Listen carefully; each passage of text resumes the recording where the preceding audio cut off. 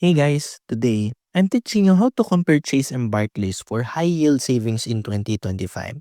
So you know which one gives your money the best moves. Chase high yield savings currently offers promotional rates that can reach up to 5% for new customers for a limited time.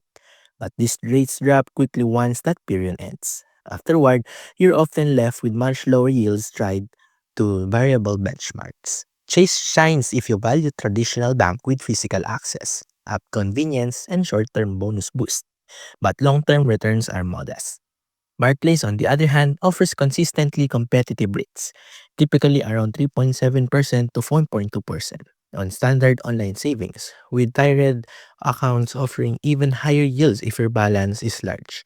There are no monthly fees or deposit minimums, and transfers are simple.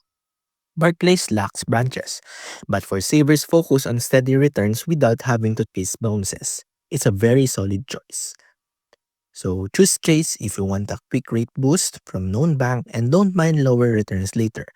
Go with Barclays if you want a dependable, high-yield account with no fees that rewards you consistently.